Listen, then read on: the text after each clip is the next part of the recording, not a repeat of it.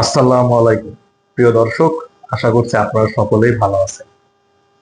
আজকে আমরা আলোচনা করব মাইলস্টোন বিমান দুর্ঘটনা নিয়ে।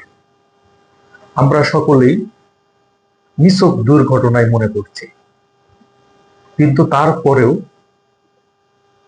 এই বিমান দুর্ঘটনা নিয়ে কিছু গুরুত্বপূর্ণ প্রশ্ন সাধারণ মানুষের মনে জাগছে। সেই প্রশ্নগুলো নিয়ে আজকে আসলে আপনাদের সাথে আলোচনা করব। সর্বপ্রথম আমাদের যে প্রশ্নটার সমাধান করতে হবে সেটা হলাম, বিমানটা কি যুদ্ধ বিমান নাকি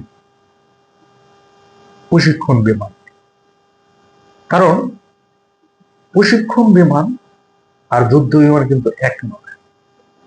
এই F7 BJI যে বিমানটা, সেটা কিন্তু একটা যুদ্ধ বিমান। তো একটা যুদ্ধ বিমান কিভাবে একটা লার্নার বা প্রশিক্ষণ নিতেছে সেই পাইলটের কাছে ছেড়ে দেওয়া হলো কেন? তাও আবার ঢাকার মতো একটা জনবহুল এলাকা। এটা কিন্তু সবার মনে প্রশ্ন জাগাইছে এবং অনেকেই বলার চেষ্টা করছে যে এই যুদ্ধ বিমানটা যে F7, সেটা চায়নাতে অনেক আগে উৎপাদন বন্ধ করে দিয়েছে। আসলে তারা কৌশলে এটাকে প্রশ্নবিদ্ধ করতে চাচ্ছে, কিন্তু মনে রাখতে হবে যে এটা কিন্তু বাংলাদেশের বিমান বাহিনীর জন্য মানে খরচ কম হতে পারে, বাট কার্যকরী হবে। সেইভাবেই একটা যুদ্ধ বিমানের রূপ দিয়ে এটাকে তৈরি করা হয়েছে। এটা চুক্তি করা হয়েছে 11 সালে, কথা বলা শুরু হয়েছে আর কি, 13 সালে চুক্তি সম্পন্ন হয়েছে। 17 সালে সেটাকে বাংলাদেশের কাছে প্রথম যে চুক্তি অনুসারে যুদ্ধ বিমানগুলো হস্তান্তর করে, তাহলে 13 সালে বন্ধ হয়, তাহলে 17 সালে কেমনে গেলে হস্তান্তর করলো?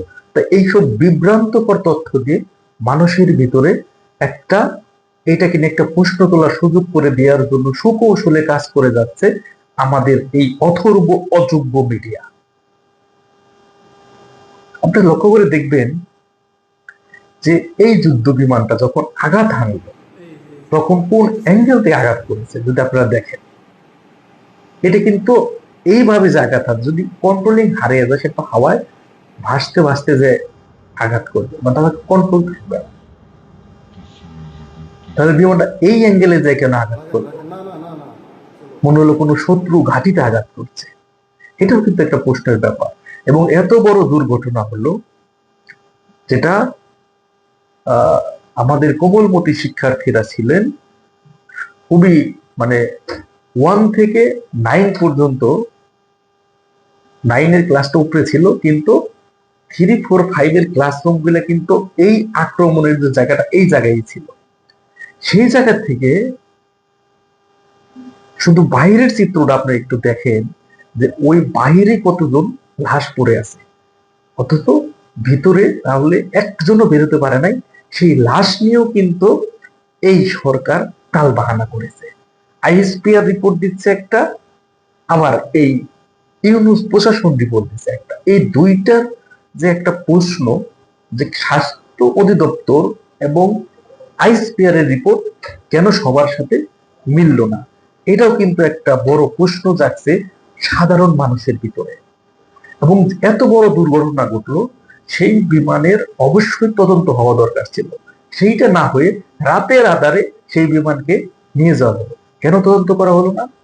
তদন্ত স্বার্থে সেটাকে ওখানে রেখে যে কি জন্য হইলো সেটা কেন হলো না? এবং সেনাবাহিনী মাইলস্টোনে যাওয়ার পরে সর্বপ্রথম তারা সিসি ক্যামেরা ফুটেজের নিয়ন্ত্রণ নিয়ে নেয় এবং ব্ল্যাক বক্সের নিয়ন্ত্রণ নিয়ে নেয়। এই দুইটার তথ্য কেন জনগণের সামনে আনা হচ্ছে না? তার চেয়েও গুরুত্বপূর্ণ যে ব্যাপারটা, এই ঘটনা ঘটার আগেই একটা পেজ থেকে এই ঘটনা ঘটার ইঙ্গিত দেওয়া হলো, আপনারা দেখতে পাচ্ছেন। এটি কিভাবে সম্ভব? এটি কিভাবে সম্ভব? এবং পরবর্তী সময়ে ওই পেজ থেকে আরেকটা পোস্ট করা হলো যে কোনো হসপিটাল বা হোটেলে বম্বিং হবে। বম্বিং হয় নাই, শেওড়াপাড়াতে কিন্তু আবাসিক ভবন কিন্তু পুড়ে ছাই হয়ে গেছে। তো তো এই যে যে কথাগুলো মিলে যাচ্ছে, তার মানে কি বাংলাদেশ জঙ্গিদের নিয়ন্ত্রণে চলে যাচ্ছে? আর এই সরকার কি জঙ্গিদের আশ্রয় প্রশ্রয় দিচ্ছে? তাদেরকে কি এই সরকার সেফটি দিচ্ছে? তাহলে লক্ষ্য করে দেখেন, এতগুলা কোমলমতি শিক্ষার্থী মারা গেল তাদের অভিভাবকদের সাথে বা তাদের দেখার জন্য ইউনুস কিন্তু হসপিটালে বা মাইলস্টোনে যায়। তার এত বড় কাজ, এত বড় ঘটনা ঘটে গেল, সে যাইতে পারলো না। অথচ সে বিশাল বড় বহন নিয়ে ওই কি পপ মারা গেছে সেই জায়গায় কিন্তু সে যায়। তার জন্য 3 দিনের শোক হয়, আর আমাদের এতগুলো কোমলমতি শিক্ষার্থীদের জন্য একদিন শোক পালন করতে যেয়ে সে জুস পার্টি করে।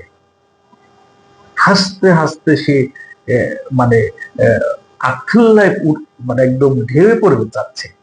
মনেই হচ্ছে যে তারা সাকসেস ভাবে জঙ্গি হামলা সফলভাবে এরা সম্পূর্ণ করেছে। সেই পার্টি রাত্রিবেলায় তারা উদযাপন করছে। তাই এই প্রশ্নগুলো আমরা যদি নিছক ভেবেও নেই, বিমান একটা নিছক দুর্ঘটনা, কিন্তু এই প্রশ্নগুলো কিন্তু মানুষের ভিতরে থাকছে। আপনারাও চিন্তা করে দেখেন, আসলে কাকতালীয় ভাবে এতগুলা ঘটনা একসাথে ঘটা কখনোই সম্ভব নয়। আজ এ পর্যন্তই। সকলেই ভালো থাকবেন, সুস্থ থাকবেন। আসসালামু আলাইকুম।